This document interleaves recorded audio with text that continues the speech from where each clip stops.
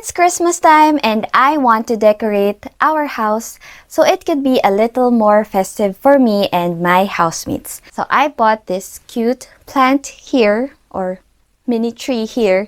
This one is called a gold crest Wilma. And this one is 745 yen. I bought this one from Homak.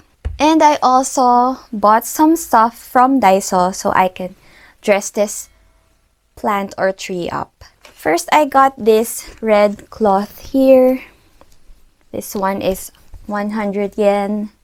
It's just a plain red cloth. I'm planning to wrap the pot with this cloth and then tie it with a jute twine. And I have here some red ball picks.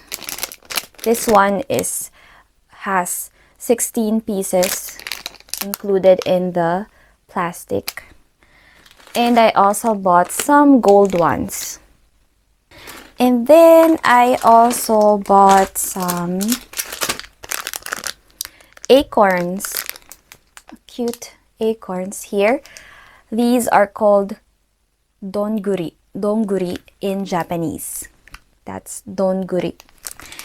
And of course, I got some pine cones, small pine cones here, cute pine cones with some white detail to it that looks like snow.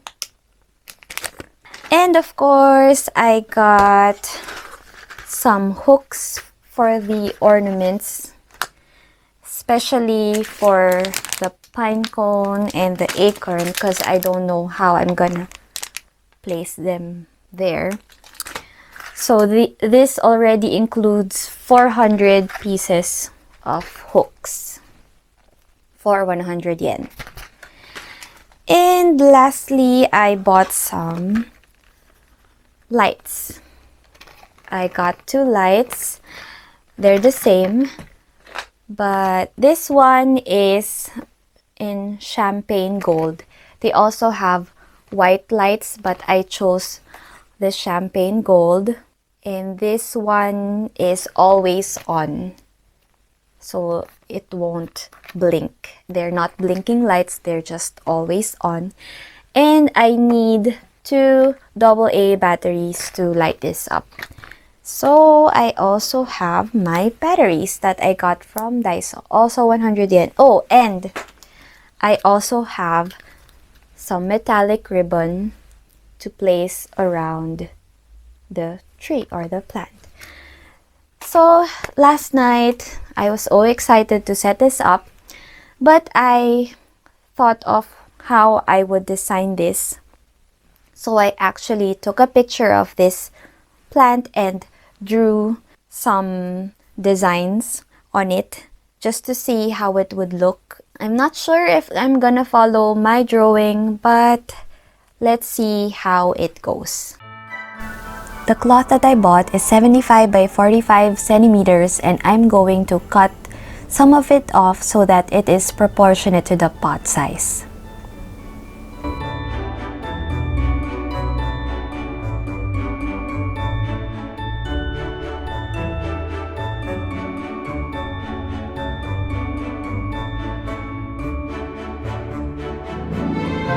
Then I'm going to wrap the pot with this red cloth and tie it with a jute twine.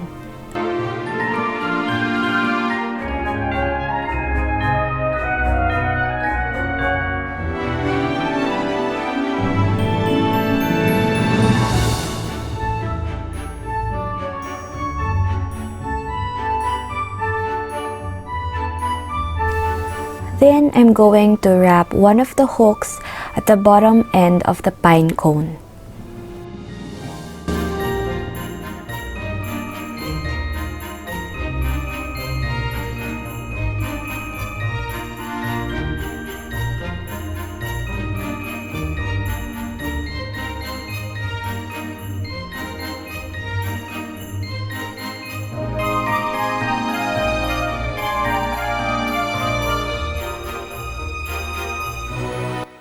I'm going to add red and gold ball picks to make a cluster.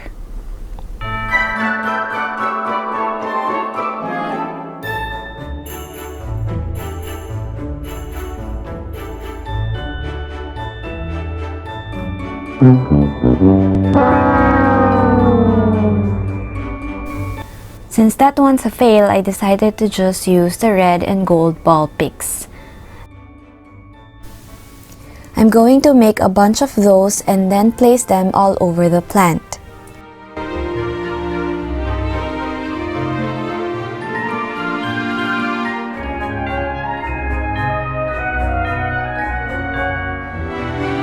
Now it's time to tuck in the acorns and the pine cones beside the gold and red ball picks.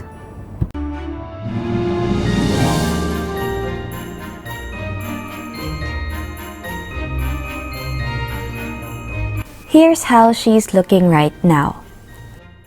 And now let's wrap her with some red ribbon.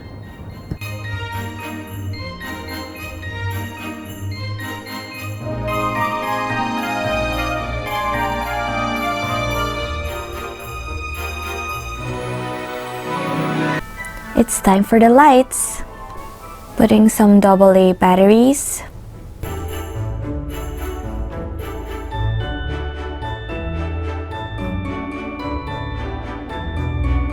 Now let's wrap this baby up.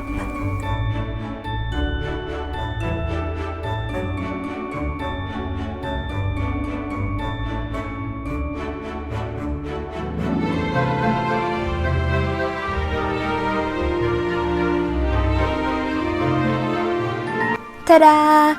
Here's my dressed up mini Christmas tree. Let's light this one up in 3, 2, 1. I really like it with the lights on. It's so nice. It looks so festive and Christmassy. If you want to watch more plant videos, then click on the videos on the screen. Subscribe for more videos like this and I'll see you in my next one. Merry Christmas!